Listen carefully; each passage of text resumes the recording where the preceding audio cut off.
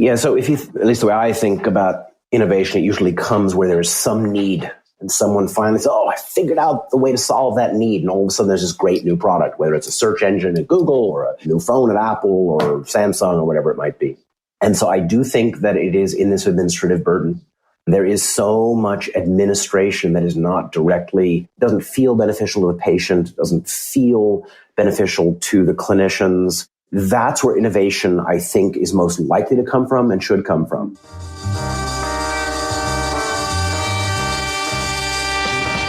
New choices, new players, new models of care. You know, consumer first healthcare is everywhere. For us to build the future, to see what's new, we gotta look at the world from a different point of view. Consumer innovation ain't going away. I say it's here to stay. Today it leads the way. We gotta drop the silos. We're all the same team. Experience, business, tech, and marketing. So join us now. Join the revolution. Consumer first health is the evolution. Status quo or like status no. Yeah, this is the healthcare rap. Yo, come on, let's go.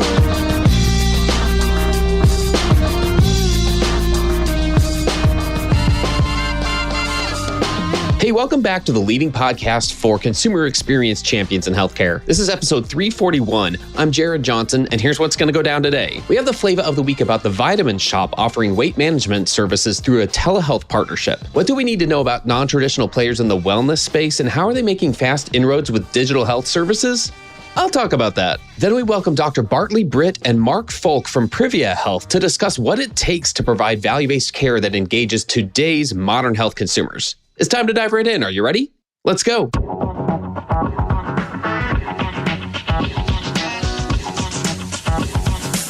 Flava of the week.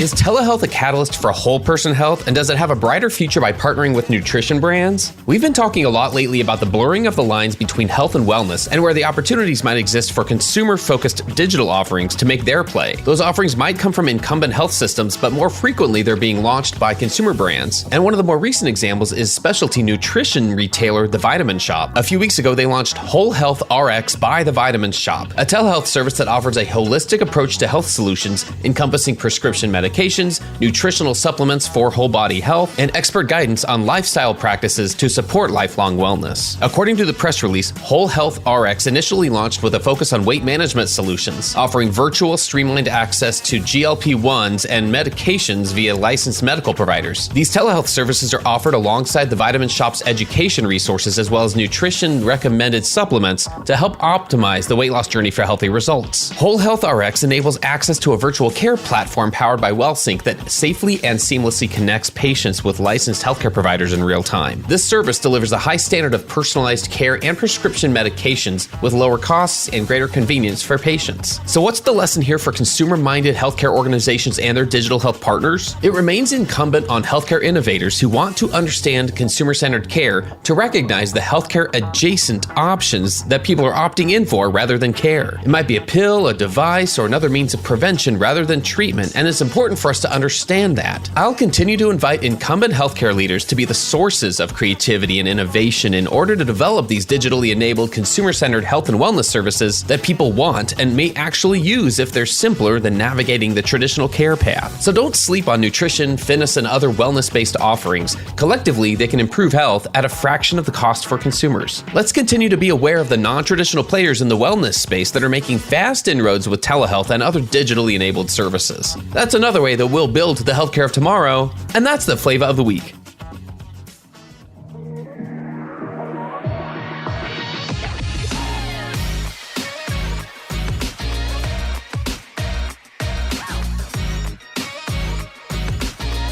The flow.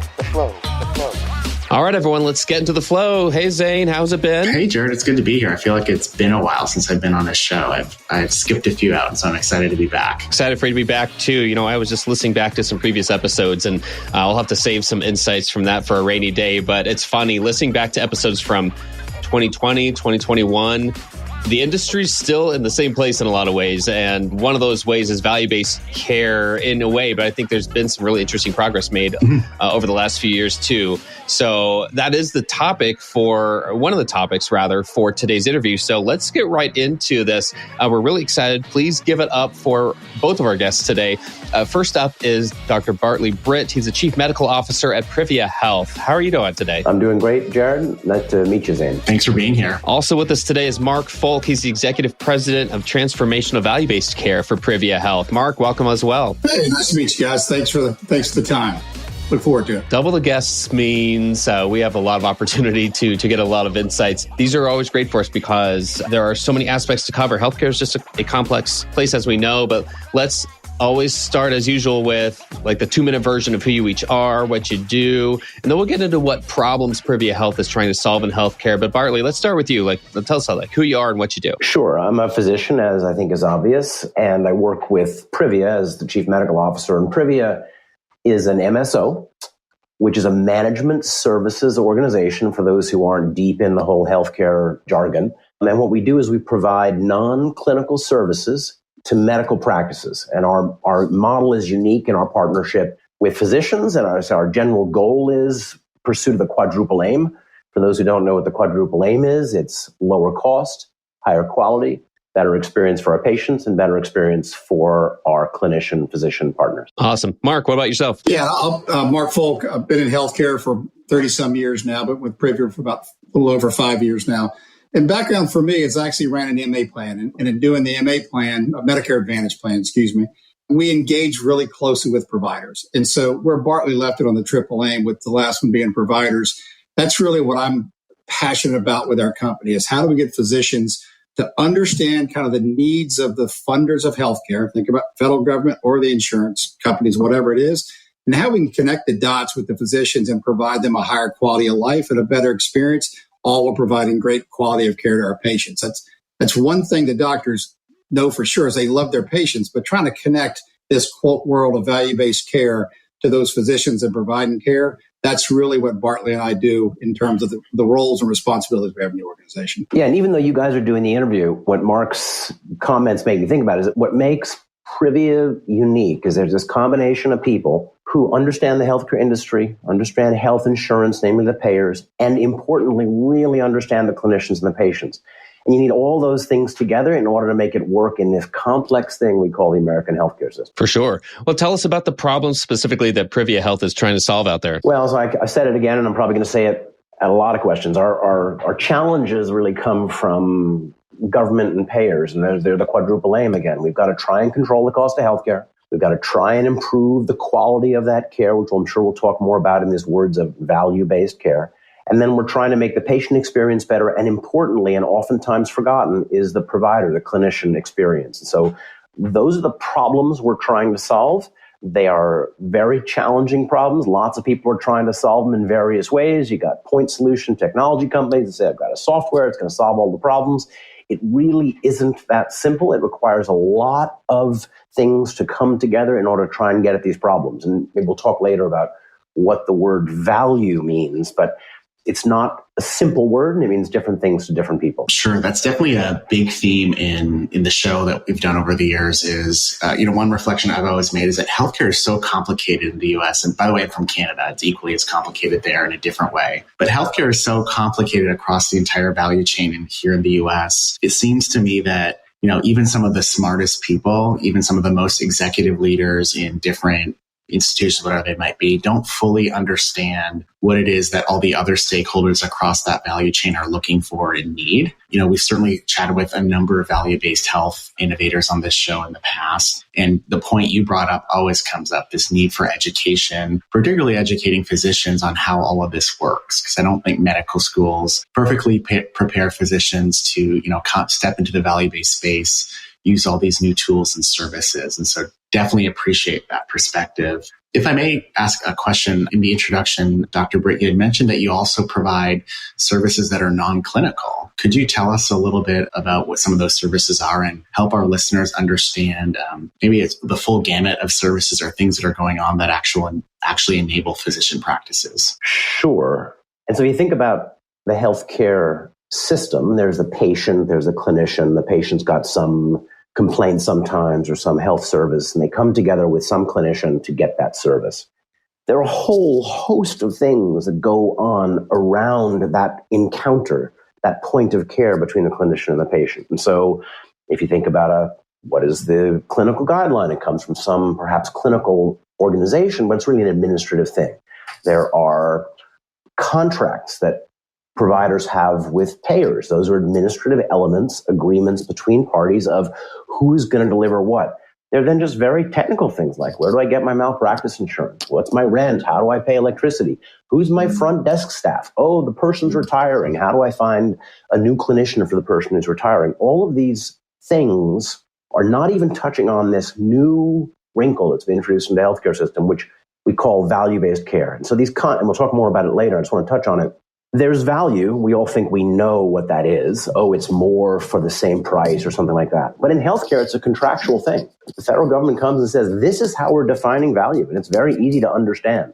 And it requires a lot of administrative steps in order to get credit, to register for that value. And that's burdensome to clinicians who were trained to treat patients and to patients who want to be treated by doctors, not check a bunch of boxes. Oh, Jared, I was going to add one thing, just kind of what Zane said earlier. Then think about that word that Bartley just said, what is value? Well, to a provider of value or to a physician, the value, the first thing people think, well, hey, it's more money. It's not necessarily more money. It may give them time on the weekend where they're not doing extra work so they can go see their kids play a soccer game. It's really important to understand what's going to drive the physician.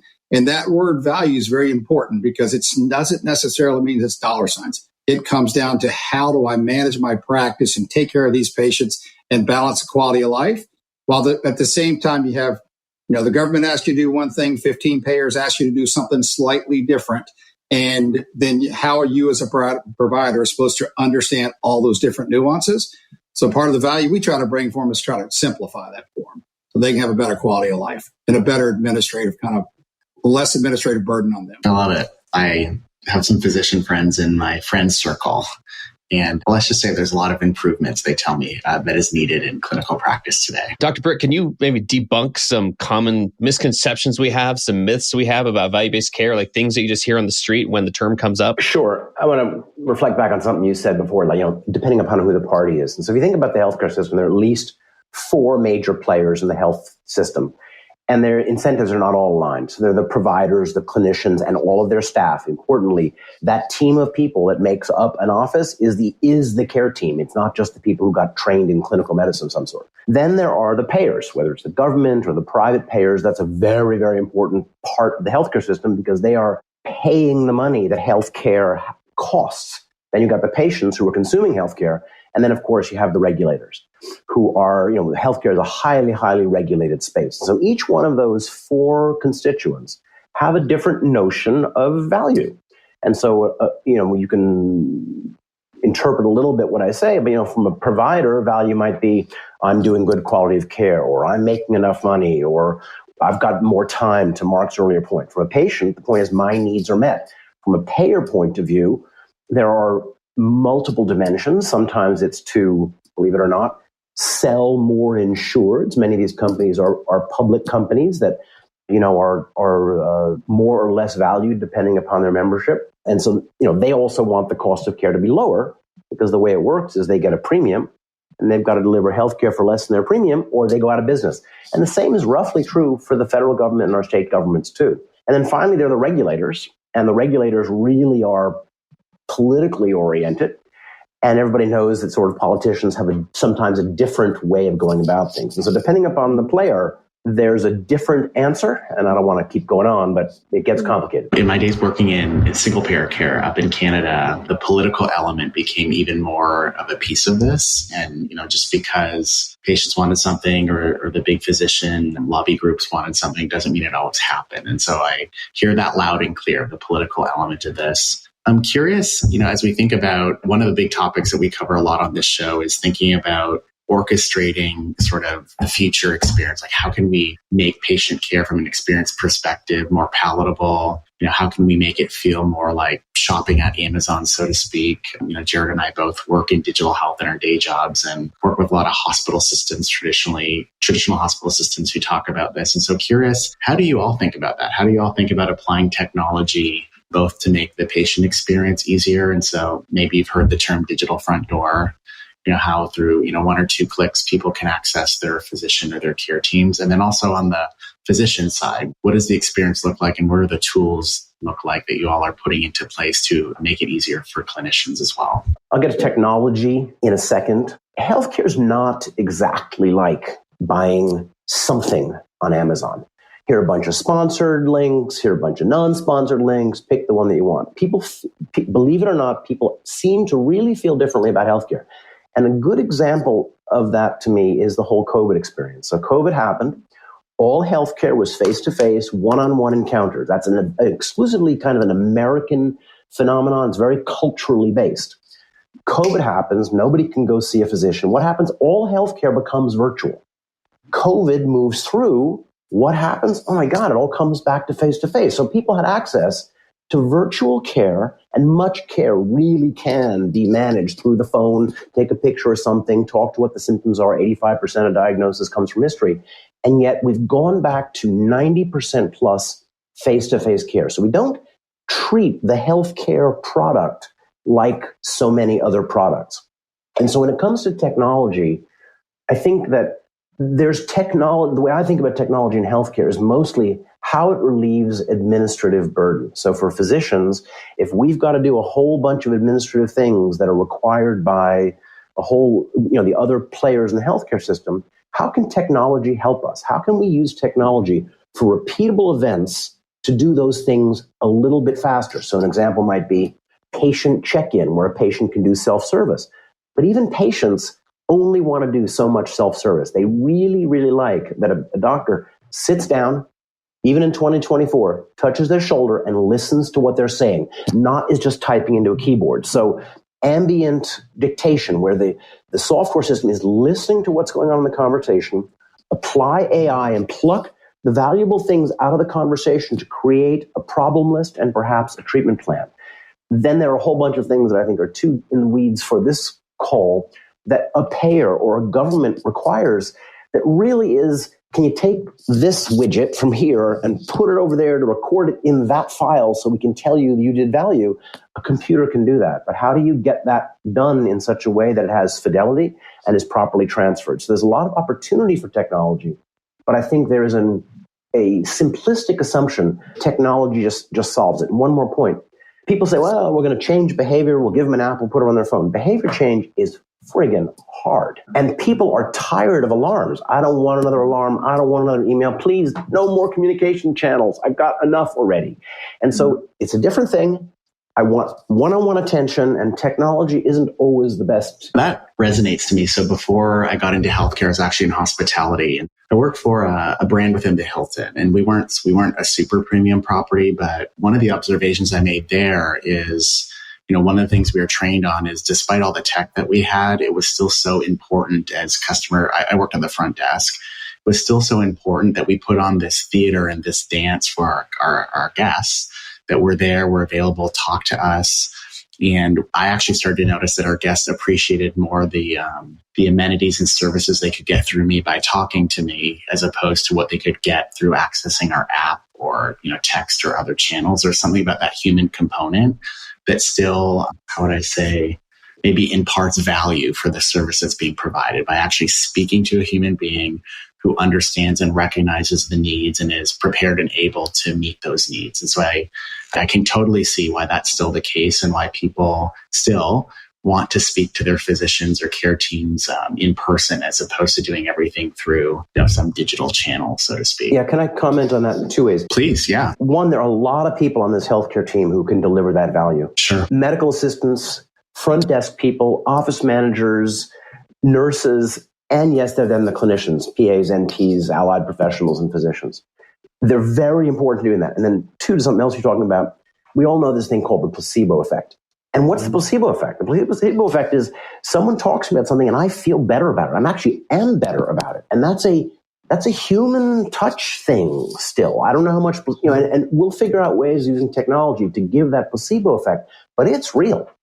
And we've got to figure out a way to harness that with technology. And technology creates a distance that sometimes gets in the way of just feeling better. And we in America do a terrible job with end-of-life care, not to pivot to a tough subject, but we do a terrible job with end-of-life care because we do it very technically instead of very human-oriented. Yeah, Bartley, you're hitting on a key aspect too. And you think about there's this thing called a patient at the end of the day, right?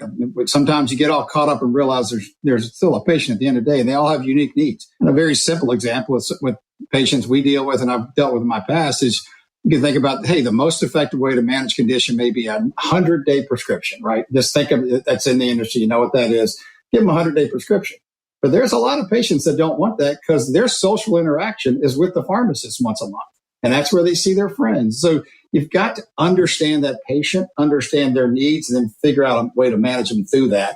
Could be technology, but as Bartley said, a lot of it can come down to the old human touch piece. They want to be involved with another patient. I feel that for sure. And I know Jared wants to get into an engagement here, but maybe just one reflection is I feel like particularly on the back end, and so technology to support care teams, to me, the promise is that we can get some of that tech, whether it's AI or you name it, to take care of some of those administrative tasks so that as care teams, whoever you are on the care team, can spend more time doing that customer service component, if you will. We focus a significant amount of our efforts around tech is trying to remove that administrative burden. Think about it for the office staff so that they have more time with the patient. If we can give the patient, doctors more time with patients versus more time doing stuff that has to be done, you have better outcomes, period, end of story. That even includes, the most important part of healthcare, in my opinion. I'm not a doctor, don't play one on TV. Bartley can attest to this.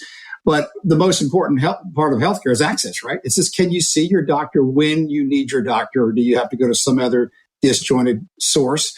And so that is making sure you remove the burden so providers have access points for patients. No, I think that's good. I mean, Zane, I don't remember what you said. Jared, next question was, it's something to do with sort of engagement, I think you said. This all has to do with the people who are being cared for without them knowing the complexity that's involved in providing the level of care that they expect and they hope and they receive. We do talk about this word engagement a lot, and it's still at the end of the day, it's what an experience is made of. What are you experiencing? You're experiencing someone or something or a platform engaging with you. That term engagement was something that just recently came back to mind for me after all these years, realizing I don't know if we all maybe like value-based care. Like, we don't know what that word means in a lot of contexts. It's kind of like value-based care. Like, what does it mean? Well, it depends on the stakeholder. It depends on the context that they're working within. But we can all acknowledge that engaging a health consumer today is different than it was a few years ago. And for that to happen effectively, we do have to have certain things in place, or we just have to have it as being something that we're aware of. The hypothesis is when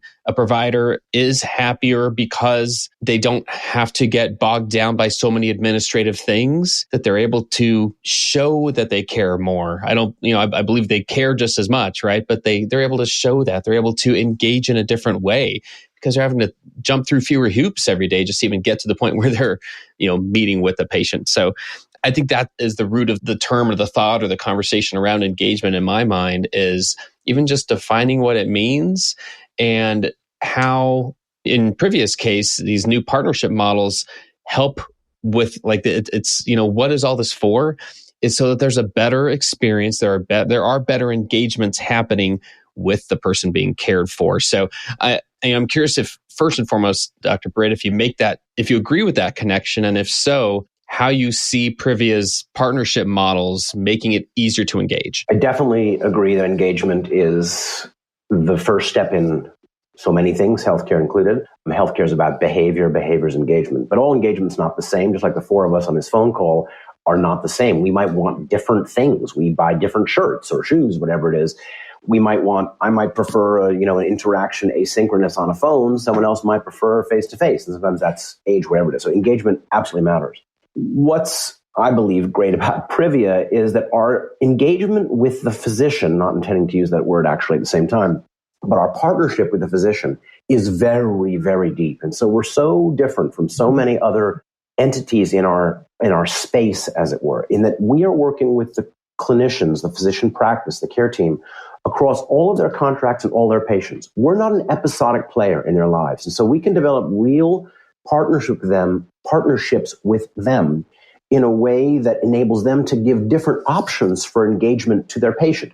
Now, if you've got to create 6 different ways for a patient to engage with my practice, that is hard. It's administratively difficult. It's technologically expensive to support all that kind of stuff. Well, if we can do that for them, because we're working with the practice across all of their contracts, across all their patients, we're really helping them. We're also helping the patients get access in different ways. So we have some physicians who actually run 20% of their practice virtual. They see their chronic care patients, they schedule virtual. Others like, nope, I do that. I mostly have an older population. They want to come in person. We also run a 24/7, 365 physician telemedicine practice. So our patients for our practice can get access to us 24/7, 365. Maybe it's not Bartley Bryt's patient who gets Bartley Bryt at 11 o'clock, but Bartley Bryt's patients getting Jared, to use the example, is getting you in our EHR, talking to the patient, knowing their history because you can see what's going on. And so it's deep integration we have with our clinician practices that makes this opportunity for engagement so much more valuable. There's a key part there that it is part of the engagement too, is Bartley used the example of seeing the provider at 11 o'clock at night. What's also very important is the next day, typically manages with my mother when she was near the end stage of her life. The next day I didn't know what to do. So I went back to their primary care provider. Well, the way, and this is what's important in the industry, is this communication and making sure all the information is known. Well, in this scenario, that provider is working within our EHR, even though it's 2 different providers. You have information which to address the patients. You know what's been done. That's vital for us in the industry, is to make sure that we're getting medical information shared across spectrums so that people can manage their patients. And then on the engagement side, Bartley really hit on this, but it's really keeping the patient informed. Again, there's a why for them in value-based care. Why is this important to you? What does this do for you? If you get an Uber with me and they ask, the Uber always asks you what you do, you get into a value-based care conversation because they automatically ask, what is that? And what does that do for me? And the real answer for the patient is to say, look, what it does is you've got someone who's focusing on the complete nature of your care. And they're not focusing just on the problem they're treating. They're trying to manage the complete aspects of all your care. And that's what value-based care really is. I hate using the example of a quarterback of care, but value-based care is having someone really think about everything that's going on, managing those conditions. As Bartley said, even you think about within Privia, where we have primary care and specialists, think about how that interaction is being used, the information is being shared, et cetera. You can think about it in an IPA or an ACO in terms of their network, how they manage their network and information flow within those networks. But that's what's really vital. And then getting the patients to understand why that's so important to them kind of comes back to that quote quarterback of care. So that's something we spend a lot of time on. We provide them tech communications, we do mail communications, we do text, we do everything we can to try to make sure the physicians, and then there's that balance line between over communication and the right amount, which we're always trying to find. I'd just love to know your opinion on where do you see, call it the value-based industry going in the next few years? Obviously, some are still struggling to uptake those models. And so just be really curious, if you could project yourself 10 years in the future, where do you think we're going to be? I'll be in Bahamas. No. I hope so too. Go ahead, Bartley. Yeah, that's a massive question. Sure. I don't think it's going away. This challenge we have in American medicine of cost, which everybody sees in the lay press. We're twice as expensive as any other country from a per capita spend on healthcare. And that's going to create pressure that will continue to be on everybody. It'll be on patients with out-of-pocket expenses. It'll be employers on premiums. It'll be government on budgets. It'll be to physicians and do more with less. And so, there are different payment models in the healthcare system. And I think this is responsive to the question. And historically, since probably the mid-'60s, even really before that, the healthcare system has been fee for service. Do something, get paid for something. So the more you do, the more you get paid. There's this other thing that came around in the 80s called capitation, where you get paid for a person an amount for the month. Well, the incentive in capitation is the opposite. The incentive for the provider is kind of less utilization. And so what expense pressure does is it challenges this fee-for-service model. And so what I think we're going to see, and we're seeing it from CMS. CMS is the Center for Medicare and Medicaid Services, which is the federal government effectively, and state governments.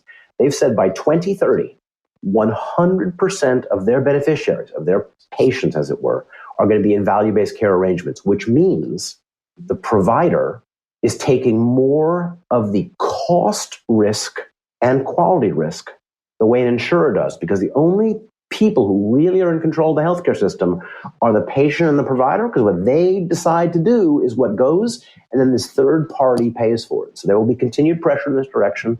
I am almost positive, not to scare anybody, but the natural conclusion of that is a single payer system like they have in Canada, Zane, where you've got fixed prices and all the things that come with that. We'll have to talk through that one and the pitfalls to avoid.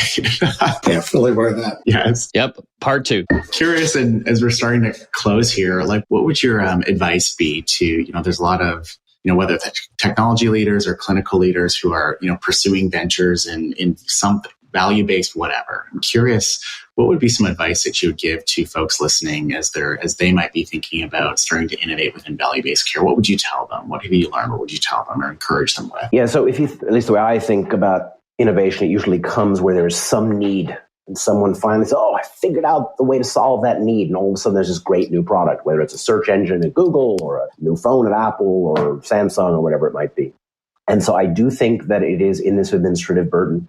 There is so much administration that is not directly, doesn't feel beneficial to the patient, doesn't feel beneficial to the clinicians. That's where innovation, I think, is most likely to come from and should come from. And if you were to talk with, other people on future podcasts, people that are, engagement's one thing. We've talked about behavior change for a long time.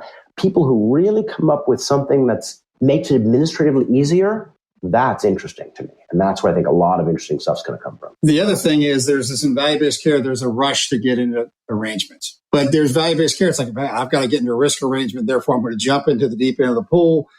My biggest advice on value-based care is take it slow. As a provider, I'm thinking about from the provider standpoint, if you can get yourself into like risk positions that if you don't really understand where you have control and influence over that arrangement, what the payers are trying to accomplish that arrangement, how the payers are allocating costs, et cetera, in that, including Medicare and all that, then you not want to just jump into, hey, I do value-based care because I do these types of arrangements. It's you better know where the end zone is, and you better know how you're going to get to the end zone well before you take the ball. That's the only thing that I have a big caution for, as I've been in the industry for a long, long time, which is you've got to be intelligent about entering risk. You've got to do it slowly. You don't go, and this is a philosophy from Privia as well, you just don't go from 0 to 100. You go about this in a very intelligent approach. So, Bartley talks about, especially from the tech on the provider side, it's also, you got to think about what you're going to jump into. And so when Mark says risk, just to make it clear for the audience in case it's not obvious, so value-based care really is this continuum from fee-for-service to financial risk. And this Medicare thing, everyone by 2030 will be in a value-based care arrangement. That means pushing risk, contracting for risk down at the provider level. And that's the go in eyes wide open with experts at your side and at your back, because it's not totally simple. I think that's all very fair counsel. And one observation I would make, having back in the day when I used to work in health systems, where I was working on a big value-based project, and frankly, it failed because we had our analytics infrastructure was terrible, where we couldn't actually calculate or tell what was the value that we were bringing to the contract. And so it caused us to spin for like a year until we finally just gave up, and the organization reapproached it years later. It strikes me that there's, a lot of, call it infrastructure, that particularly legacy providers need to put in place to be able to compete. And, I'm hearing that through some of what you guys are talking about. Yeah. And infrastructure is people infrastructure in addition to other infrastructure. Expertise and perspective matters. Yes. Yeah, for sure. My last question for each of you, give you each a chance with this one. Would love to know if you could pick one guest for us to invite on a future episode of the podcast. Just dream big. If there's one guest you could pick for us, who would it be and why? I'll go first, Bartley. I'm going to no, Bartley, don't say that one. I'll go first. For me, I'm not going to dream big. I'm not listening to all your podcasts in the background, all of them. So you may have done this and I don't know. But it's really important. I would ask you to bring on some actual practicing providers. I can provide you a couple of them that I know well. And this is Bartley and Foulke telling you things that we, from kind of a little bit of an ivory tower. Don't be wrong. We're very, very connected. But you really want to know what's going on, talk to the doctors in the trenches. Jared Dodd, I'll give you his name on this thing. Just some doctors we know that I think would be phenomenal to understand what a day in the life is for them and how they have to deal with so many things and what they do, even in addition to what we're trying to help them do to try to remove administrative burden and really engage that patient in their care. It's not dreaming big. I can help you get that set up. Fantastic. Actually, I'm going to make it easy for you guys.